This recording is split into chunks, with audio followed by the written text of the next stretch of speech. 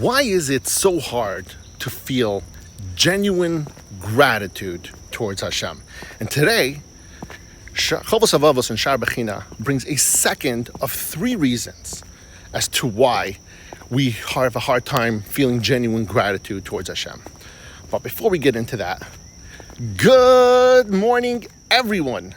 And thank you so much for tuning in to another episode of Shaar HaBechinah. Today, Chovos HaLevavos provides us with a second reason. We're born into this world without understanding. He says we're born in like animals. And he brings a pasuk that says, a human being is like a wild donkey. And when he's born, he doesn't really understand anything. So from the moment we open our eyes, we are surrounded by comforts, kindness, blessings, but we're way too young, too underdeveloped to appreciate any of that. And he brings a parable, a mashal, and this parable is actually really beautiful. Listen to this. He compares our life to two individuals. One is a child who's abandoned in the wilderness and he's rescued by a kind man. Now, this boy was brought into a safe home, a warm home. He was clothed, he was raised full with love, but all from infancy, from the moment he can remember.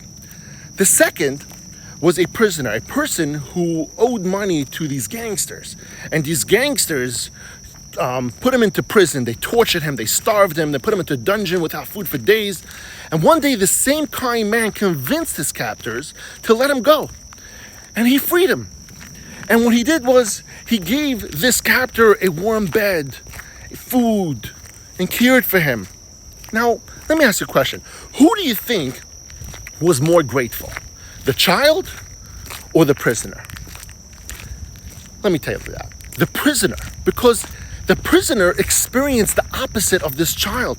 This prisoner, he knew darkness. He knew pain. So when he was shown a little bit of kindness, he felt it in his bones. He felt it deep in his heart. The boy, however, by contrast, he never knew anything else. He only knew love, even though he was found in the wilderness and given the same attention, the same care. But he had no baseline for contrast, so he didn't see anything as special. And that's us. We grow up with light, with food, with warmth, with amazing parents who take care of our every need. But since it's always been there, we just assume that's just the way life is supposed to be. And it becomes so normal that we don't even notice it anymore. And so we don't even think to say, thank you. Thank you to our parents. And certainly, most of us at least, don't say thank you to Hashem. But the truth is, we are no different than that rescued prisoner. Hashem took us from absolutely nothing and gave us everything. He gave us the ability to breathe, to think, to walk, to eat, to live.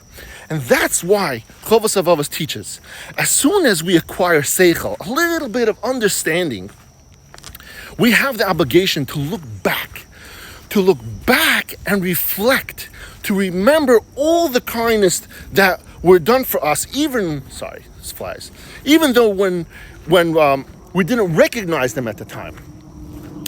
And our gratitude must be retroactive. We got to go back in time. You know, I was thinking, as parents, for those of us who are watching this and have children, we know the difficulties in parenting. I look at this beautiful creek in this park that I'm in. We know the difficulties in parenting.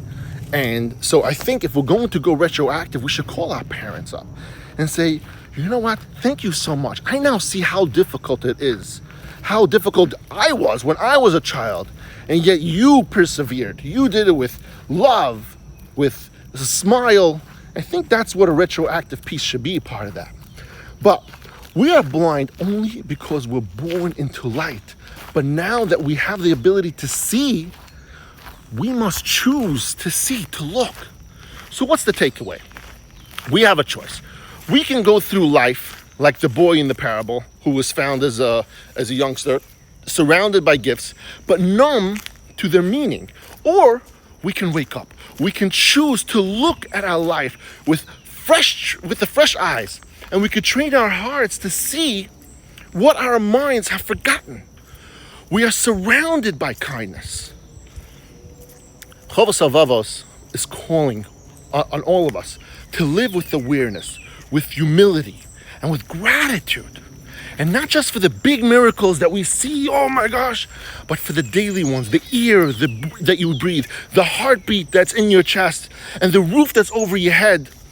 You want to be happy? You want to feel purpose? Then stop, think, and reflect. Because the moment you start noticing what Hashem is doing for you, not just now, but what He's always been doing for you all your life, is the moment your life will transform. And maybe, just maybe, when you wake up tomorrow, and tomorrow morning you open your eyes, and instead of rushing into your day and going through the daily grind again, you'll whisper, thank you, Hashem. I see it now. I finally see the bracha. Thank you, everyone, for joining me today on this episode, and I love you all.